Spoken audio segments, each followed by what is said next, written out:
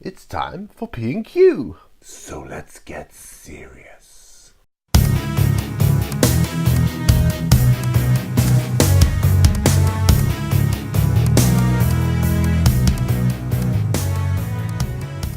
What's going on, YouTubers, gamers and fellow hobbyists, and welcome to P&Q, the question and answer series that you use to ask me questions or put comments to me, and then I respond to you the following month.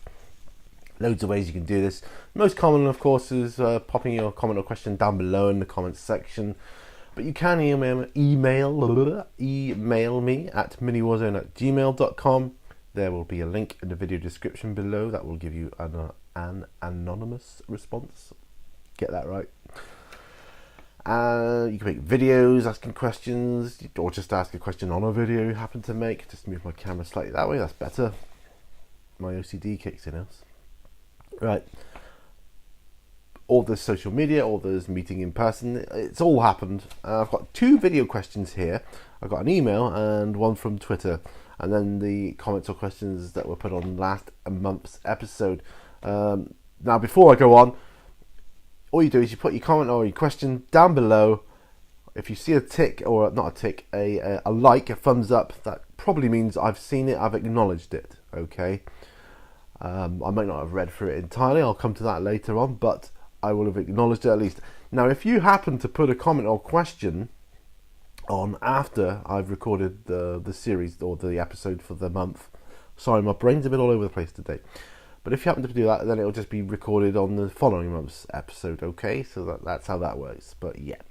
Okay, let's start with the video questions before I make any more hash-ups. This is actually the third time I've recorded this because of technical issues and different technical issues, so yeah. Right, first one comes from Idic Beer on his Q&A. Go and check that out if you haven't already. He says, when you go into an exotic coffee shop, what is your auto order? Now, for me, it depends on how much of a sweet tooth I have on that particular day or that particular moment in time. I will either order a cappuccino, my go-to, or if I'm feeling a bit something, I'm craving for something a bit sweeter, I'll have a mocha. I love the mocha. There's loads of brilliant coffee shops around where I live, and there's one in particular which does the most amazing mochas with cream and chocolate and oh, yes. Actually, I might have one today. Oh yeah. Anyway, yeah, I've got that in my head now. Right, next video question comes from Wizard Wargaming on his Q&A, which he does with his friend Igor. Go check that out. Ask them a question. He says, what do you think of the new Shadowspear box set? I think it looks really good, but I can't afford it. If I could afford it, I'd get all the box sets, every one. My last one I bought, I'm looking at it right now, was called Stormclaw. Do you remember that Stormclaw box set with the orcs and the space wolves?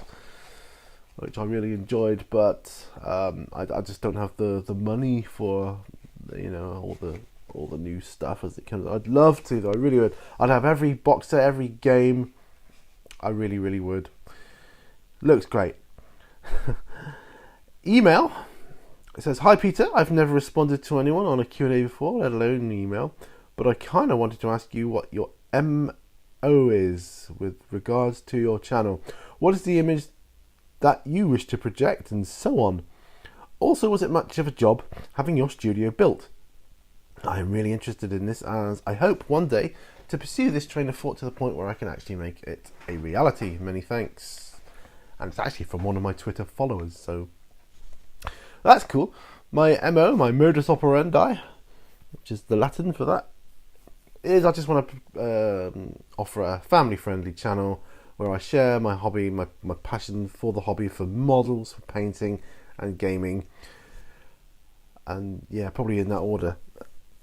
And I just want to do it in that kind of, you know, chill, relaxed atmosphere. So yeah, it wasn't much of a job having my studio built. I contacted several different contractors, spoke with them, got them round, chatted to them, went with one I was most comfortable with, and the price obviously is a big, huge factor in, you know, with the quotes and things. Just got them to do it. Check out my playlist called The Studio, and you'll see how it was built from the ground up. Right. Next is a question that was put on Twitter from D&D Beyond. It says, what is one house rule you always have in your D&D game and why? And I would like to expand that to, what is the house rule you always have in your game and why? That's easy, because it's the same for any game. My house rule is no mobile phones, none. You turn them off, you put them to one side, whatever, but no mobile phones. For me, nothing ruins the flow of a good RPG more than a text coming through or just checking the mobile. No. We're old school. You don't need it for statistics or dice rolling or anything else. We've got all that. And if there's an emergency, we have a perfectly good working landline that you are welcome to give out the number to whoever you need to contact you in case of emergency. Likewise, you could use it to phone out. That's fine too. So there is no need for mobile phones in our games, and that applies to any game. Nothing worse for me. Right, that's all those. So we're on to the questions that were left on last month's episode now, and we start with Wizard Wargaming, who also put a question on his Q&A. So Wizard Wargaming says, great P&Q buddy, have you played The Walking Dead All Out War, and if yes, what did you think about it? Yes, I have, and I own it, and several bits and pieces to go with it. Now, I thought it was really good. I enjoy it. I like it. It's a great little skirmish game. The rules are super easy to pick up, and it's just that. It's a pickup game. It's easy to get out, set up, have a quick game, pack away, and forget about it. For me, it's one of those games that you have moments of. It becomes a bit of a fad thing for me, and yeah, I'm really into The Walking Dead now, and I'm going to play that for a bit. And then I think, yeah, now I'm fed up with it. It doesn't have an awful lot of depth when you compare it to some other games, but it doesn't need it. It's just a bit like a game of chess with zombies, really. Actually, it's nothing like chess, but when I say it's like chess, I mean do you want a game of chess? Yeah, play a game, right, pack it away again. Do you want a game of Walking Dead? Yeah, get out, pack it away again. It's easy.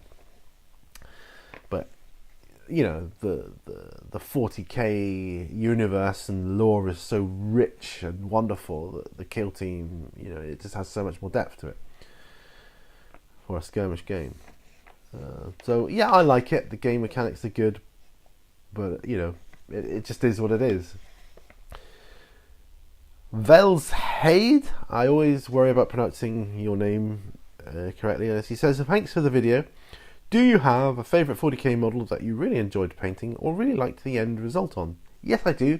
It was my Broodlord, and I did a series of videos on that as well, I believe. I did. I used a lot of airbrush on it. I also enjoyed and was happy with the results on my Magnus the Red and my Saint Celestine models, but my Broodlord is the one which really has a special place in my heart, I suppose. I used the Broodlord from the Space Hulk game. I got one extra in, and I chopped off the skulls, got rid of all that. I just put it on a base. I made it more like ready, suitable for 40k in my mind. So I airbrushed that, and I painted it up. You know, I put the drool on him and everything, and I really, really, really loved the result that came out of that. Yeah, so if you can find that, go searching through my playlists. You'll find that over the different stages, and why I talk about how I did and what paints I used and so on. Thank you for your question. Great question. Right. Edic Bear 40k says, great show as always, Pete.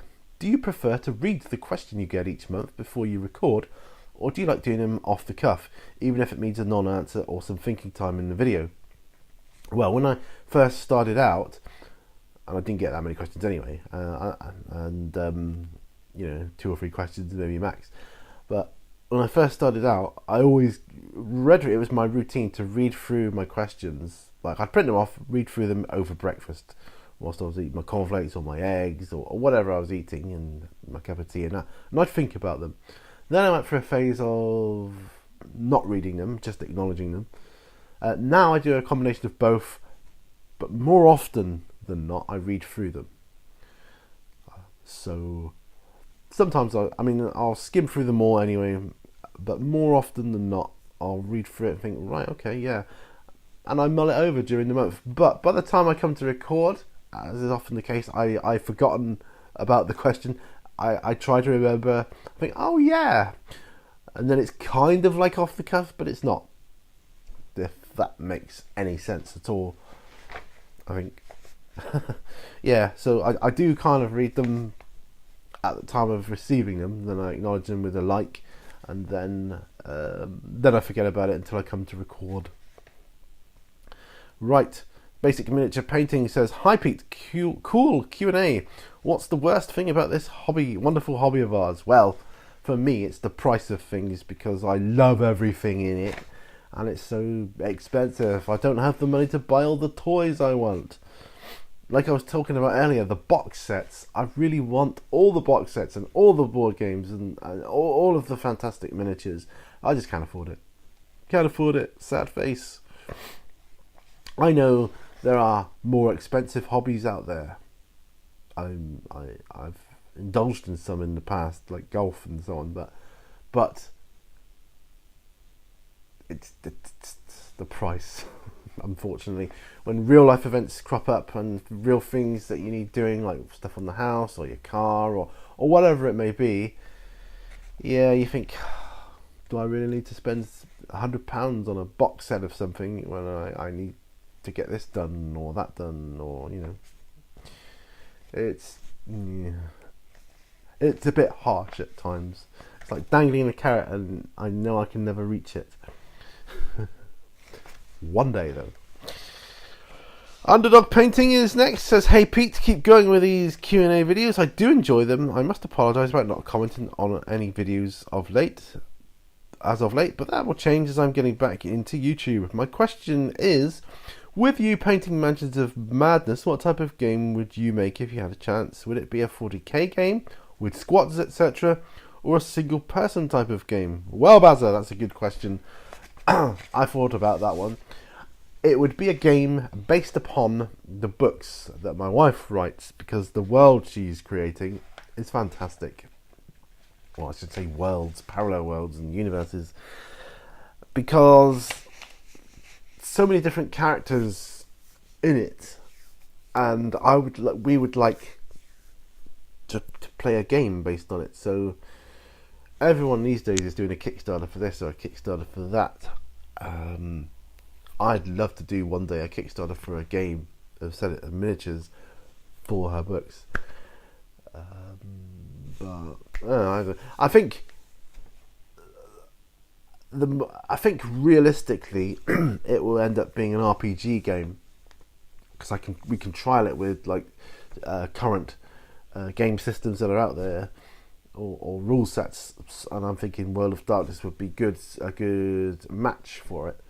But I do wonder if it would make a good skirmish game as well, with the vampires and the werewolves and the robots and the elementals and the mages and the humans and the rock creatures and the tree people and the dragons, and it's all. I just wonder if it would make a good skirmish game. I really do. It could be, but yeah. So yeah, that's the. I don't know whether it be RPG or tabletop. Maybe both, to try out, see which works. Thank you for your question. Great question. William QB is next. Says, okay, for next time, question: are any of the guys you work with interested in your hobby? Yes, they are, actually. One of them is into the hobby, collects, paints and plays Warhammer 40k. There are a couple of others that used to when they were a bit younger, and yeah, but there is one definitely who does. Who knows the future? Maybe, could organise the games at some point, but it's a question of shift patterns and crossover times, and transportation. There's a lot of stuff to work out, logistics and things. But you never know. Thanks for your question. Stephen Green is last, but by certainly no means least. He says, a great video. This is quite long, so I will address this question a bit at a time as I get to it. Okay, really enjoy this series. Thank you, sir. I appreciate the sagely wisdom, my friend. What were some of the board games that originally caught your interest when you were younger? Right, we'll deal with that one first. My earliest memory of board games is a game called Haunted House. A really old game. It was for really young kids, I think. It involved, you had little pieces that represented people. I think they were plastic. And you went through 4 rooms and I think like a kitchen and a cellar and that kind of thing. And then went up some stairs to win. And there were a load of traps throughout the haunted house that were designed to knock your man over or girl, whoever. It was boys. You were either a boy or a girl. It was designed to knock you over, and one of them was putting a metal ball down the chimney, and it would come out. It would knock things like a broomstick, which would move, or a suit of armor or something, or a floorboard would pop up and knock you over. And there was witches and spells and all sorts of creepy stuff. That was my favourite game when I was really, really young. I think later on they did a game called Ghost Castle, which was a more modern version of it, I suppose. Still 4 rooms, same thing, putting a ball down the thing, traps, but it was in a castle. But my main love was for the Haunted House game. I can't even remember who made it. It's very expensive to buy now, and mostly you only buy it in bits or bits of it because it's so rare.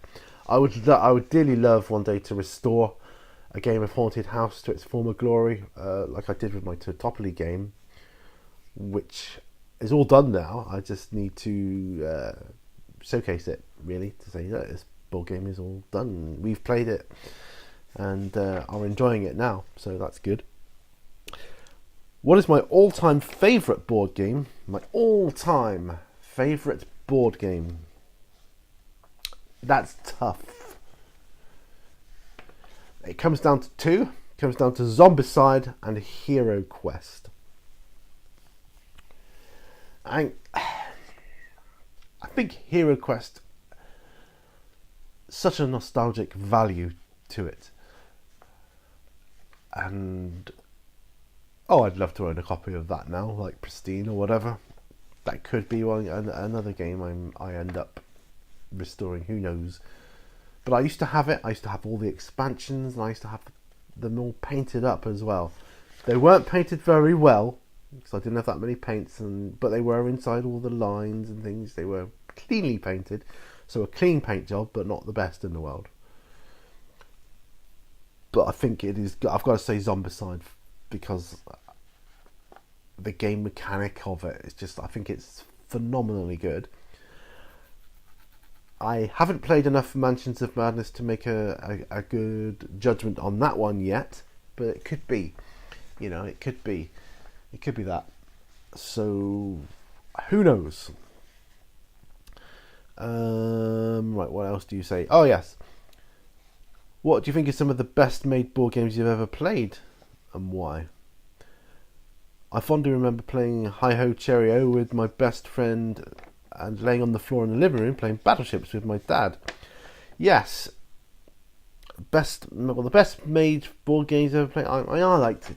My friend and I played a lot of a game called Escape from Colditz, the board game, where you were either a group of prisoners trying to escape, or you were the Germans just trying to keep the prisoners in the castle of Colditz. I was useless at it, but I loved the game a lot. I would say it was well made because it had wooden pieces, and that just felt very. I don't know. It just felt very good, and they were coloured pieces, like to represent different countries, like red and blue and green and so on. The Germans were black. I loved the game. I think that was well made. The Alley Cats game was a great game too, because I had the little fishes, and I've got that too. I remember playing that. But Battleships, of course, that's a great game, but I never owned it. But a lot of my friends did, so I played it with them that way. Of course, Hero Quest will forever be my all-time favourite board game. Well, it's a close second, sir, to me. Excuse me. Some of the best games I've played would have to be Zombies, because of how well its many expansions fit together to make a very complex strategy game. Sounds interesting. And Betrayal at House on the Hill, because there are so many combinations of scenarios in the rules that you could play it 100 times and never have the same experience twice. I know your family likes cooperative type games, and for that I strongly recommend Betrayal at House on the Hill. I will definitely check that out, sir, and I'll look into that. Sounds really interesting. Well, thank you for your amazingly well thought out question.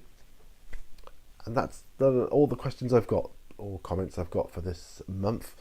But please keep them coming in. I can't do this series without them. And please, any viewers, don't ever worry about thinking you might be asking a question that's been asked before. That's happened many times to me, and I love it. It's absolutely fine, because my thoughts on something may change over time, or my opinions may change over time.